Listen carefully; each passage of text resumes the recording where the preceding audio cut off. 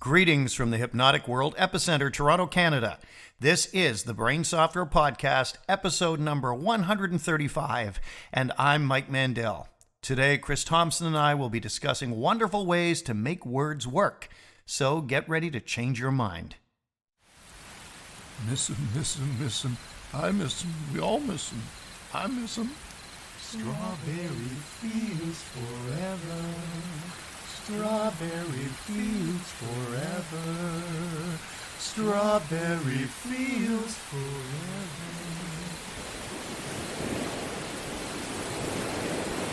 Avast, hypno-pirates, welcome aboard the Black Freighter. We'll be putting ashore soon. So watch that you don't get splinters in your willy chopper when you're walking the plank. Would someone please ask the frickin' question? Sure, Scroll. I'll ask it. Whatever happened to that old tranquility we used to know, man? Victory of days are these. So welcome to the Captain's Cabin, the rogue wave of hypnotic power, the sultan of somnambulism, and the hetero-action hero that you've all been waiting for, Mike Mandel. Yes, Christopher, here we are on a bright, sunny, rainy, Black Freighter kind of day. Sunny, rainy. Well, it can be anything when we're down here in Yes, the studio, couldn't it? that's The right. world could be ended and we wouldn't even know. What are we doing today? Well, today we've got an amazing podcast full of words that help people change minds, words that are powerful, words that create change in people's emotional states and behaviors, and it's just going to be fantastic. And But- words that can be disempowering, Yes, too, if they're that's- poorly used. Yeah, I would say so. That's a really disempowering thought, Mike. All right, but before we get on with that, I think we probably need to talk about the fact that, well, we've got coming up real soon the UK Hypnosis Convention in London. So head on over to mikemandelhypnosis.com/events because we've got a mindscaping training in London, we've got Wizard School in London, and of course, Mike, you're going to be presenting on metaphors at the UK Hypnosis Convention itself. Right, and this is a perfect convention to attend. If you're in Europe and you can't make it all the way to Las Vegas, it's too pricey. The UK Hypnosis Convention is the only other one we attend. It's just absolutely fantastic. Come on out and hang out with us. Absolutely. And last but not least, we have about 1 week until we go live with Michael C. Anthony in Toronto. So if you happen to be listening to this before we run that class, like right around the time this podcast is published, then you can sign up for Michael C. Anthony's stage hypnosis training that he's doing for us in Toronto, Nice. which is going to be awesome. Also at our events page. All right, on with the show, Mike. Well, we got the think tank words of the day, Chris, and because we have a lot to do today right after this podcast, we're going to kind of keep this one moving. We're going to keep it tight. A little bit it'll be a little bit shorter probably than our usual 40 minutes, but hang in there. We're going to give you some quality content. All right, so I think we have some words of the day to go through real Yes, quick. now, don't we? once again, I did this from the cabin, so I went online to a random noun generator. I couldn't use the think tank. I want to drag that thing to the cabin with me. Yeah. Here's our 3 words of the day, and I didn't pick and choose. I took whatever it gave me. They are content. That's an interesting one for us. Duplexer. I don't even know what the hell that means. And nickel. Where do you go with this, Chris? Content, duplexer, and nickel. Ooh. Well, a duplexer is something that allows bidirectional communication in the communications field. So, like, I think, well, there's probably different definitions for it, but I'm thinking about two-way communication. So content and creation of content and two-way communication planning between, the people who are helping us create content and us publishing it and our entire team of people who do things for us. All the different things that are going on in the business. That's what it makes me think of. It also makes me think of from an interpersonal relationship standpoint. The content of any relationship is dependent upon the two-way communication going on. Now, that's interesting because I remember when cell phones used to be duplex, when they were analog, and they would be broadcasting and receiving on totally different frequencies. And if we have that in poor human communication. One person is speaking, let's say, in a visual modality, saying, I see this, and I see this as being this, and it looks to me, and the other But person's you're not answering, hearing me. or they're answering kinesthetically. Yeah. Well, I feel. don't feel that my you agent, understand. my wife had a discussion years ago, and it was that. They were talking two different dialects.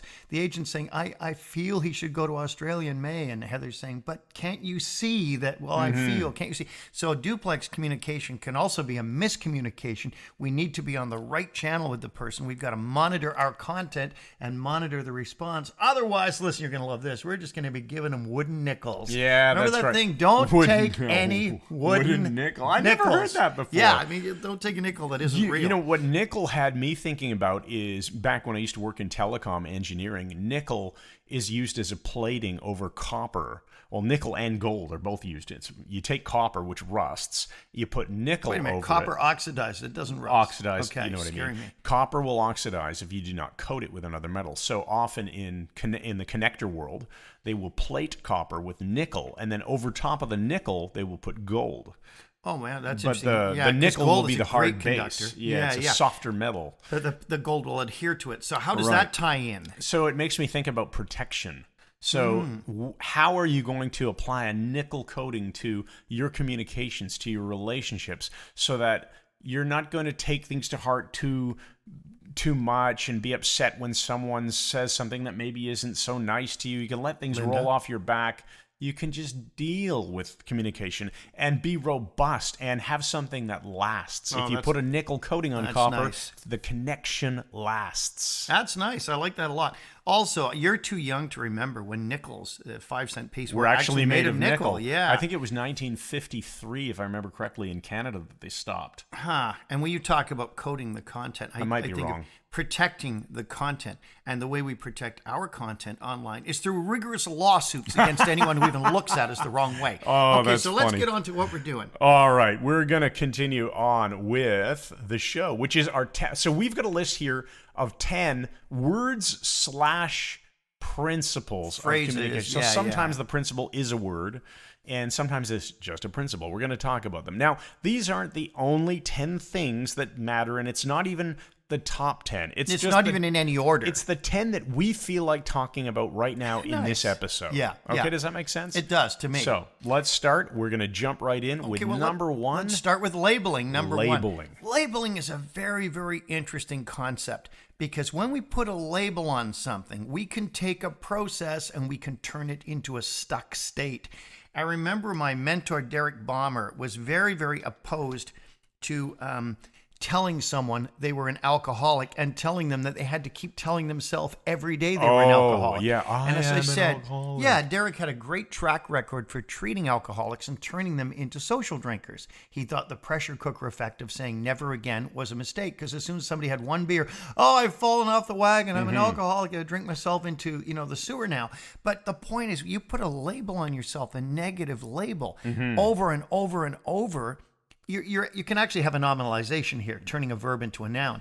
But think about it, Chris. If someone calls himself a victim, well, I'm a victim, instead of I was victimized as a past event. I am a scapegoat, instead of saying I was scapegoated.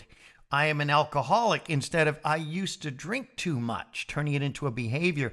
This ties in very well with Diltz's logical levels, but I find it a fascinating thing because there's also the positive side of labeling.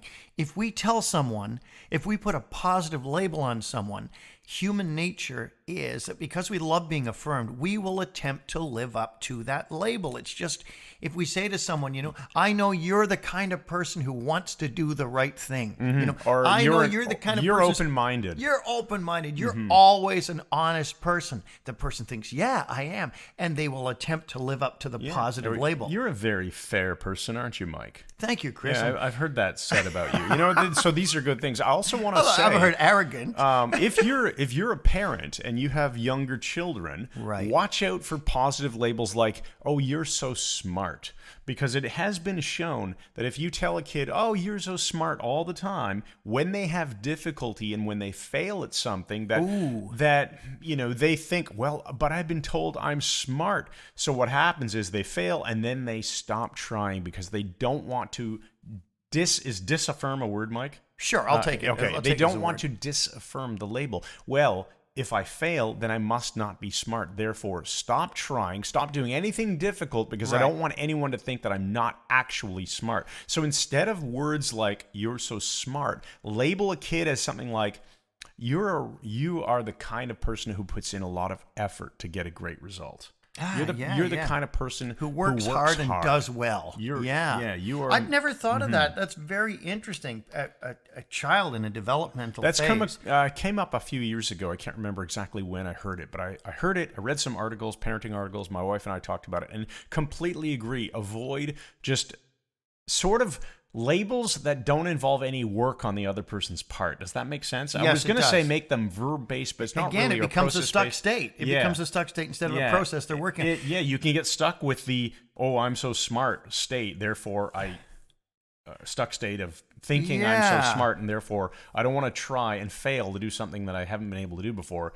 Heaven forbid people think I'm not actually smart anymore. Right. Now, how would this play out, Chris? The old thing in the 40s and 50s was always to tell little girls that they were beautiful and never appeal to their intelligence at all. Yeah. Always their appearance. I think it's a bad idea in general to just focus on anyone's looks and tell them, oh, you're such a good-looking person or whatever it is, right? Just focus on the attributes that make them feel... You do think I'm amazing looking. Oh, yeah, of course. You're a very handsome man, Thanks, Mike. Buddy. But I think we want people to feel pride in something they have accomplished or achieved, rather than just chance. Right. Oh, you happen to be born good looking. Okay, whatever. Doesn't make you any better or worse than someone who's born less good looking. And that's just a judgment anyway. It's not based on any achievement. Yeah, that's good. Well, that's interesting. So labeling can be good or bad. But use it to your advantage when you're talking to people. Right. I know you're the kind of person who really likes to listen and give people a fair shot. What a great thing in a boardroom. I know this is the kind of group that will always give someone a chance to present. We are. Interesting. Well, that brings us to number 2. Okay. You want to fly with this one? Yeah, number 2 Metaphor. is because. Now, this is something I learned from you many, many years ago, and I don't know if you learned it from Cialdini's book or if that just came up as well, but it's discussed in Robert Cialdini's book, Influence, The Psychology of Persuasion. Fantastic book. And because is essentially a bridge word between let's call it a command or a statement that you want someone to act on, and a supposed reason that they should do such a thing. And the use of the word because to bridge those two things, those two parts of the statement, seems to slip past the critical faculty, and the brain just responds to, there's a reason for this, therefore I must do it. Whereas I'm not convinced it's that at all. That was the original explanation, that people like a reason for doing things. I find it much too powerful to simply be somebody who's given a reason. And I'm a believer that if everything you put in front of the word because is a standalone command, it will slip past the critical faculty purely through the structure of the language. Because what makes because work in this way, what verifies that this is the case and not just a reason, is the reason can be ludicrous. Let me pass the line because I need to get into this building. Yeah. Right. Let me in line because it's Tuesday. Stand back because I need to move past you. Whatever it is, Yeah. So if you want to be more influential, because can be one of your best friends. Yeah. Now, go ahead. We're interrupting each other. Somebody's going to email us and say we're talking over each other. I think it's important to recognize that everything in front of because, and I've taught this to my corporate clients, a standalone command that you could put an exclamation point behind. Now, I still believe that the use of the word because helps establish selective thinking, as Dave Ellman would say. So once you hear the word because, you are now selectively thinking that command must be acted on because there's a reason. And there must be a good reason. So we don't focus on it. It's, as Cialdini puts it, it's the click-whir response where we automatically act as a shortcut. Because if we had to think about everything in detail, life would be way too complicated. We never get anything done. Right. So there's all these shortcuts that the brain will take. And we have, because we know about these things, the ability to take advantage of them. Now, I wonder if these shortcuts the brain will take, these macros, if they're actually totes. Possibly. Test operate, test exit from cybernetic theory. just built in, and shortcuts are great because, like you said, that they're going to save us an awful lot of time. But use because it works. Yeah, use it and then report back. Let us know how you've used it brilliantly, because we think it'll help you. Yeah, and then you tell us like how it's working out for you. And that's right. Nice, like your Owen Sound accent there, buddy. Yeah, well, that's actually me for just outside Owen Sound and that. All right. Now let's go on to number 3, which is how. How? How is a fabulous word because it is a process word, and it tremendously helps you. It will help you tremendously to avoid stuck states. Right. We often teach to use how rather than why when dealing with stuck states. We say, why is fine to ask if you're trying to understand something, like why is the sky blue, or why does the apple fall from the tree, or why might it be a good idea to change this? Or if you're talking about something that you're going to do, like a positive thing, why do you want to get into shape? Why is it that you want to lose that weight? So it can identify intention behind behavior. When it's not useful is when it becomes a history lesson. Why am I so stupid? Why am I always depressed? The one who doesn't get the promotion at work? And the reason why is poorly used in those contexts is because the brain will then start to spin answers. And the answers will tend to affirm the validity of the question. So if you ask, why am I stupid all the time? Your brain will say, well, because of this and this and this. And your you'll wind up reticular feeling activating worse. system will give you answers. So use how. Whenever you're tempted to say to yourself, why such and such a stuck problem? Why is it that nobody ever listens to me?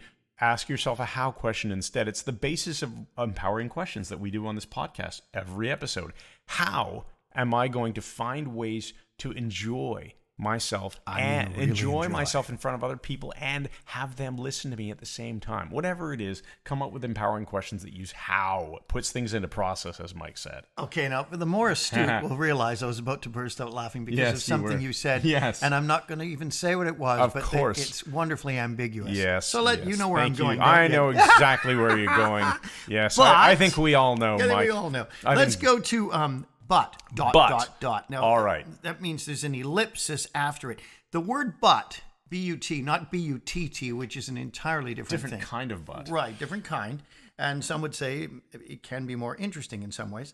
But you must realize that using the word but, dot, which is the ellipsis, question mark, can get to a lot of deleted information.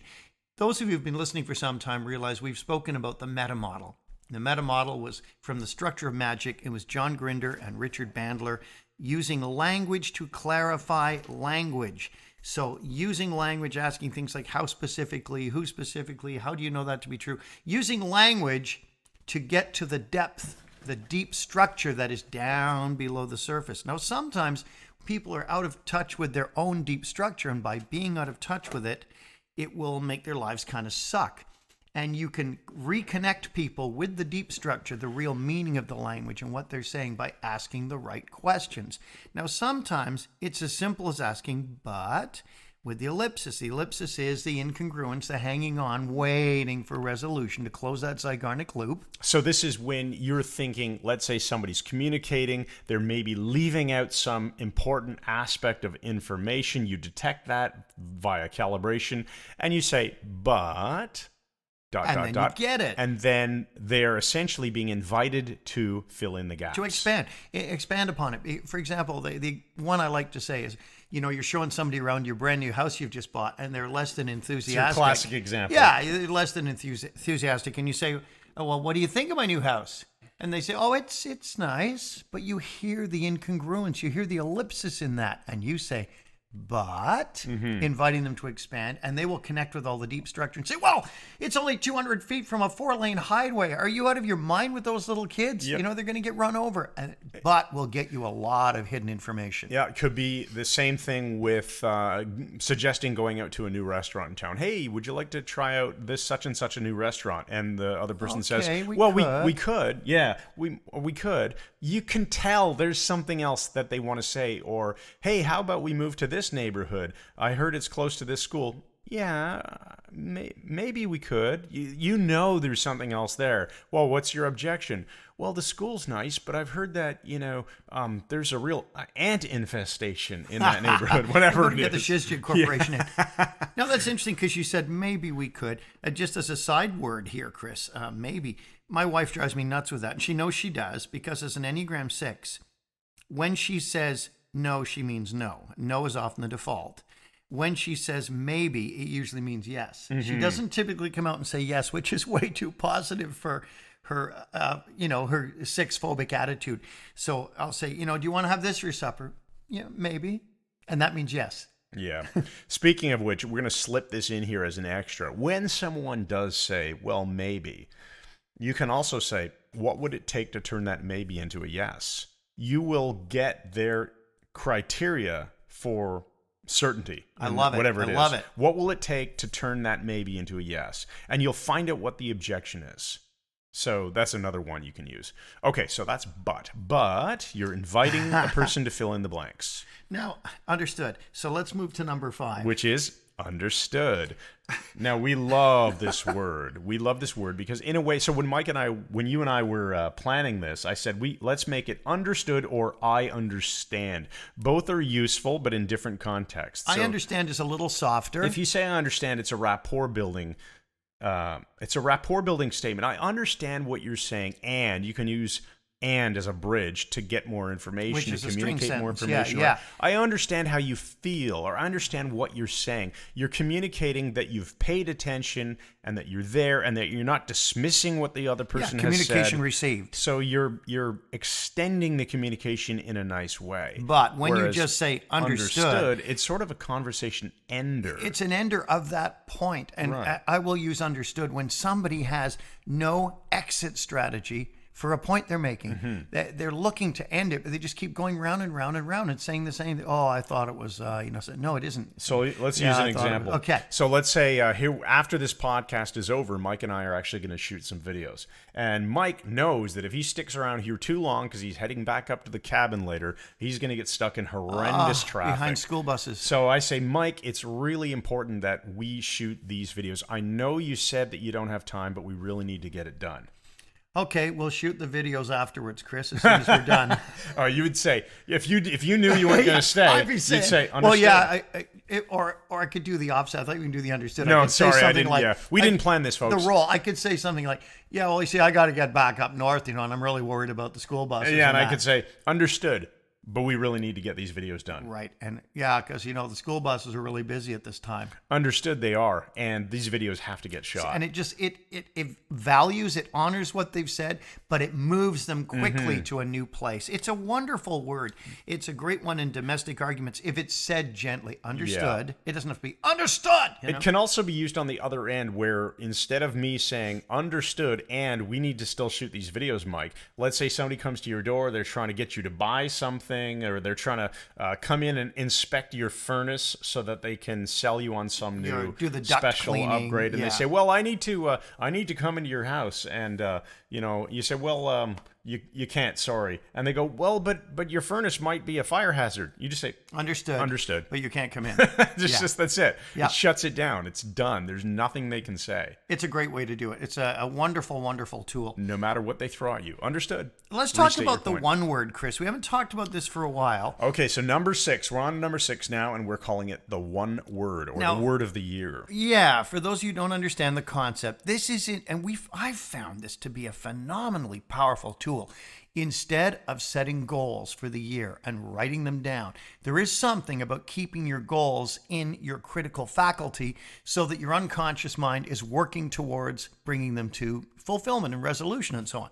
But the whole concept of a one word takes all your goals and it crystallizes them into one frickin' word that you use all year. And I had alacrity before, which means a cheerful and willing compliance immediately. And whereas my wife used to say, honey, can you help me clean the house? I'd say, yeah, just in a few minutes. And she got sick of hearing this. And when I picked up alacrity as my one word, she'd say, honey, can we do the vacuuming? I'd say, with alacrity. And I jumped to my feet and started. She really liked that. And it did wonders for our marriage. That's a marriage booster right now, there. I kept it. But then I changed. The next year, in January 1st, I added the word flow. Yeah, think of it like a bank account. You put money in the account and you don't ever spend it. You let it grow. And the next year you just put more money in the form of a different word. A different word. Nice metaphor, Chris. So the next year it was flow, which actually sucked for me because flow became so laid back. I was just floating through life. And I'll get to that. It was undoing alacrity. So I switched to the one I have right now, onward. I love that frickin' word. Christine Ingram, our friend and student, her word is forward. Yeah. Very close, but for me, onward, it means we get stopped, we're onward. There's persistence in it. It's always making progress. Some people chose the word, I'm not thinking of progress, they chose the word, it was a bad one. It sounded sort of like that, but you could apply it to cancer as well. Not progress. Growth? It wasn't growth, but it was that kind of thing. Yeah, not all growth is good. But anyway, this word onward has worked really well for me. And one of our wonderful students, Afonso, sent me a bracelet with the word onward etched in it. He sent us both these bracelets. Did he send you onward or a different one? No, my word was new. Oh, yeah. Not nude, new, N-E-W. Well, it was management the year before. I wanted to focus on new experiences, new projects, new things in business, in life, in relationships, everything, just new ideas. Like my wife and I just had a really wonderful trip to Niagara-on-the-Lake. Yeah, don't go She saying too much planned the about whole that. thing, and we did all kinds of things that we had not done before, like joined a group bicycle tour to go visit vineyards. That was tremendously fun. Completely new experience for us. Anyway, he sent us these bracelets. Your word onward was engraved, and my word new was engraved in mine. Thank you, Afonso. That was just a wonderful present. What a wonderful I wrote to him thing. right away and thanked him. So if you want to do the one word, you don't have to wait till January 1st. You can do it anytime. But the easy way to do it, if you cannot come up with your word, and try it on and see if you like it, you're going to think of it through the day. You're going to meditate on that word and what that means in that day.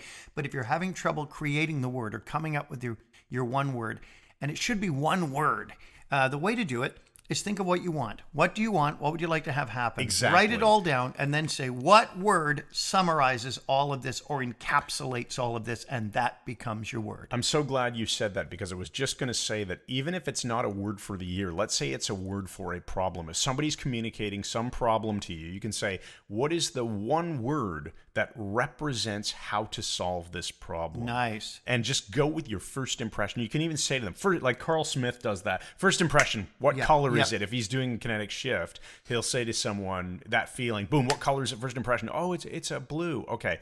By not giving them time to think about it, whatever the unconscious generates is going to be correct. Understood. Scary. Exactly. So you can ask, genius. what is that one word that represents how you're going to solve that problem? Nice. And That's move one on of to those whatever powerful you things want. in the list. All And right. yet, so now we're going on to number 7, which is and yet. this is such a powerful little phrase. It's even in our hypnotic language I cards. love this If you one. don't have our hypnotic language cards, you need them. They're amazing, and check on our website. But and yet is one of the cards, and the idea is if someone complains about a bunch of stuff, they're maybe stuck at the level Usually in the past. Stuff that's from the stuck at the past. level of environment. Yeah. My job's going, and it's been really a bit of a grind for me. And you pause and you say, and yet. I just haven't been sleeping well, Mike. I'm And kind of yet, tired. You're making I a can't lot get- of money there, aren't you? Yeah, and you can, the and yet pulls them out of the negative and does a hard turn into benefits right away. So use that phrase. It's such a powerful one. You can also use it when someone seems to be dismissing your point. If they are not paying attention to a legit point and, well, blah, blah, blah, blah, whatever. And yet, I think it's important that we fully consider such and such, whatever it is that you want to move on to. It does now. a hard right turn. By it saying- just pulls you away from it. Without dismissing the other person with but. Yeah, Because but can be and. dismissive. We already use the word but where But we're going. tends to delete what they've Yeah. already said. And let's differentiate but with the ellipsis that we talked about earlier, number 4, to draw out information. You're giving the other person a but against their own statement. You're giving them permission to continue. Whereas if you do something like, well, let's say somebody goes, well, I'd like to eat at this restaurant. That's the classic example. Yes. But I heard that the food's really bad. The but sounds dismissive. Right. Whereas if you say, and yet, they've got great reviews from a lot of people on it. It doesn't sound like ignoring what they've said or It is a deleting restaurant it. that is new, and we've heard some good things, and yet I've heard some critical reviews as well. You can bring in the new information. And yet we'll never know unless we give it a try. Exactly. Absolutely. So well, Chris, play around with the use of that. We've got 3 to go. So I think it's important now because we have an announcement here. We have a special report. There has been an actual other Gus Grissom sighting. There's another one, Chris. That's right, Mike. There has indeed been another startling development in the ongoing Virgil Gus Grissom saga. This just in from stage hypnotist Michael C. Anthony. Last night I had a show in Las Vegas where I was hired to do a private party for a billionaire and his family and friends. I can't say who it was, but I will say that he's the sole owner of a large corporation that specializes in high-end ant-proof products. I made a lot of money because I'm a huge star. Anyway, after the show, which went great of course, a number of us headed to the Orleans Casino on Tropicana. We ate some crab cakes and oysters at Big Al's, and after a couple glasses of Chardonnay, headed over to the roulette table. The pace was relaxed, and I dropped a couple $100 on number 29. But nothing but even numbers came up. I gathered my chips, and after throwing a 20 to the dealer, was about to leave and crash out. Just then, a guy beside me dropped a stack of $100 chips on 29. And wouldn't you know it, it hit.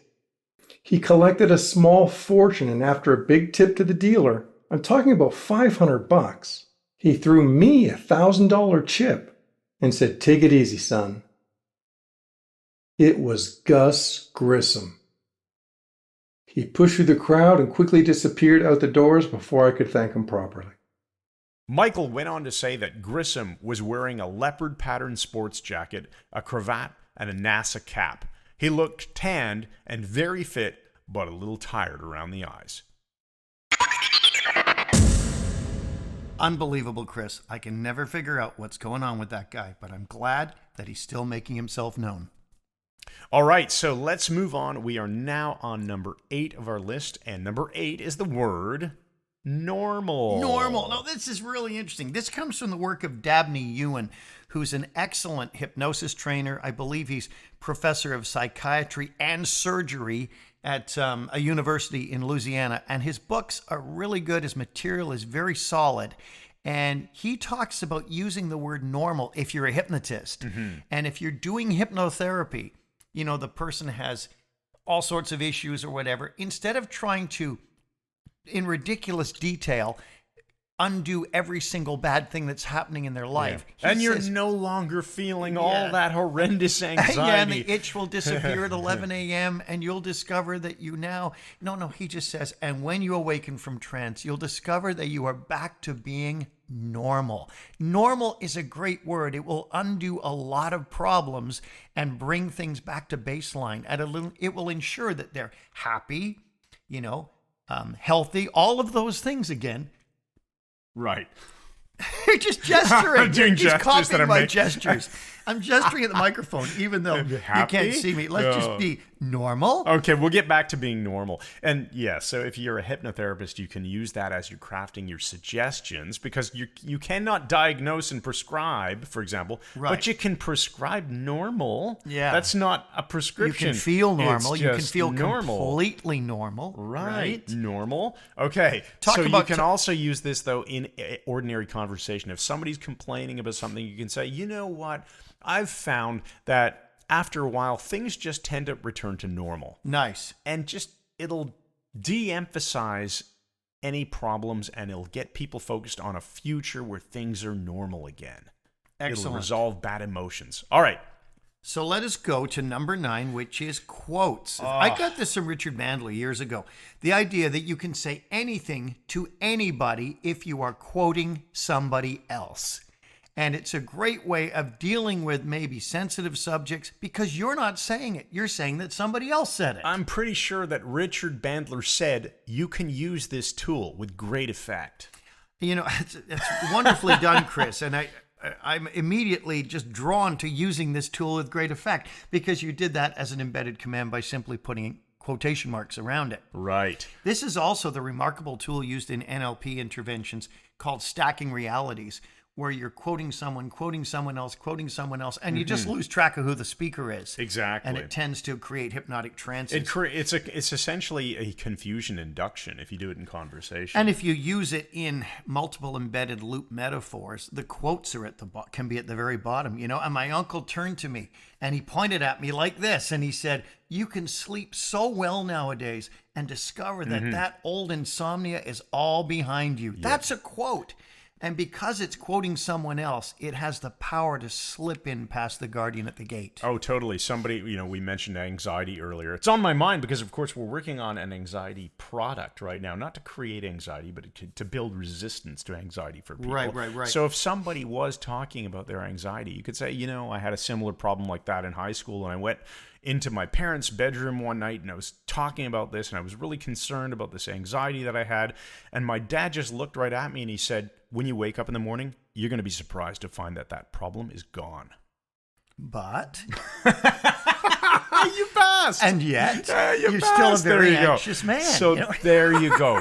You'll play Chris, around you with... can be normal again now. You can be Thank normal. you. Talk about autonomy reinforcement, number 10, because we this are is on really to number good. 10. So I hope you've enjoyed number 9. Play around with the quotes technique. It's fantastic. Number 10, we added in what we're calling autonomy reinforcement. It is not a specific word, but it is perhaps a phrase or whatever way you want to implement this. It comes from the work of Michael Pantalon. We've talked about before his book, Instant Influence. Fabulous book. And the foundational principle of the entire book has to come down to the word autonomy. People don't want to be told what to do. So if you use phrases like, "It's completely up to you. You can do whatever you want. This is entirely your choice. It's your business, not mine." Of course, you get to decide. Whatever it is that you use as the packaging for this principle, the words, it's about autonomy reinforcement. When you put somebody else in control, when you not that you put them in control, they're already in control. When you acknowledge that they are the decision maker, they are in charge, they are in control,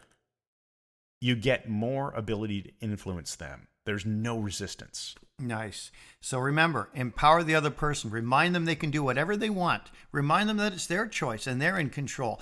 Amazingly, that can often have the opposite effect of opening their mind to what you have to say.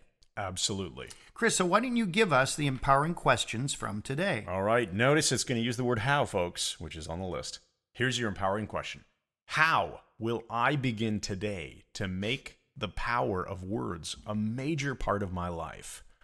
What will I do to ensure the language I use has the maximum effect starting now? Excellent, buddy. That's a great one. I can use that one myself.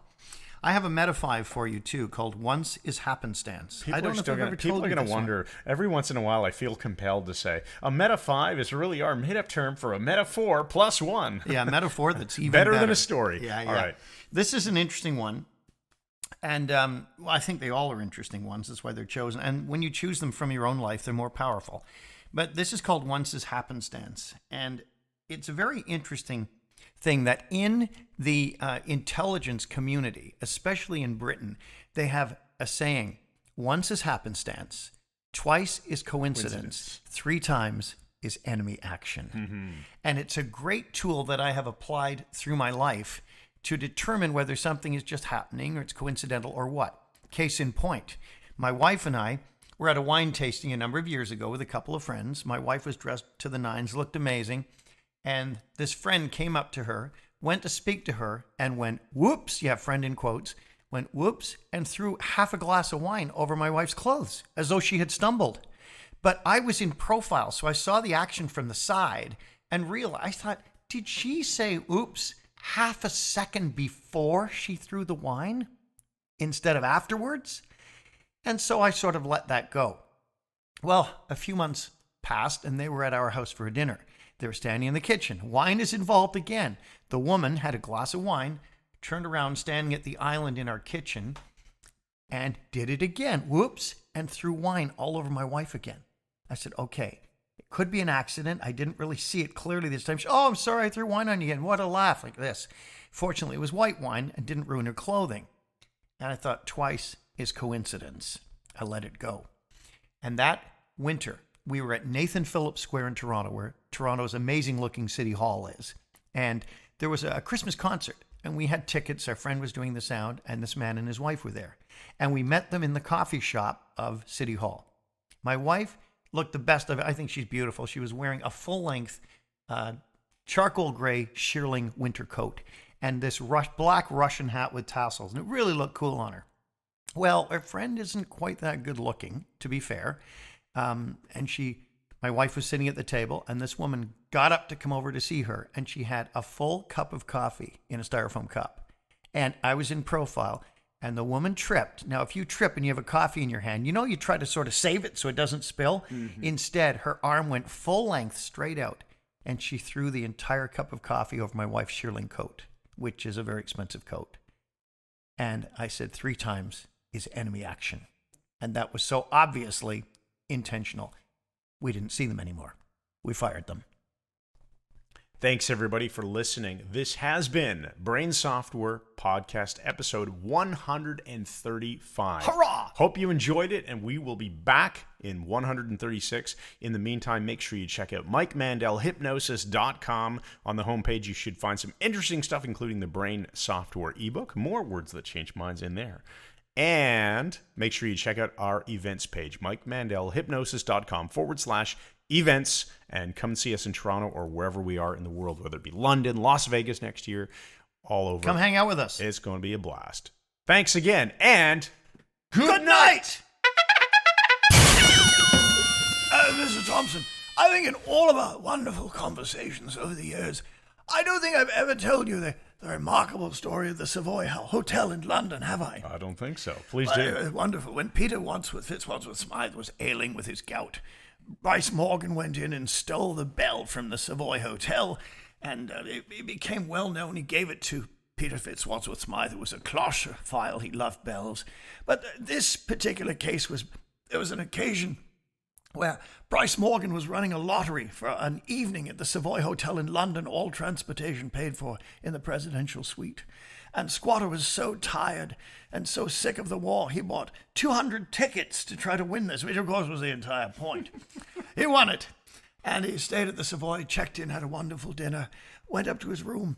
But what he didn't know was Bryce Morgan had put him next to the nuptial marriage suite. And there were a young, handsome Italian couple there, man and woman who just got married. And Bryce Morgan said it was the funniest damn thing. Squatter didn't get a moment's sleep because through the wall, all night long, he could hear this pair of bed drivers making Vumpio and Thrustio and all sorts of other things. Funniest damn thing.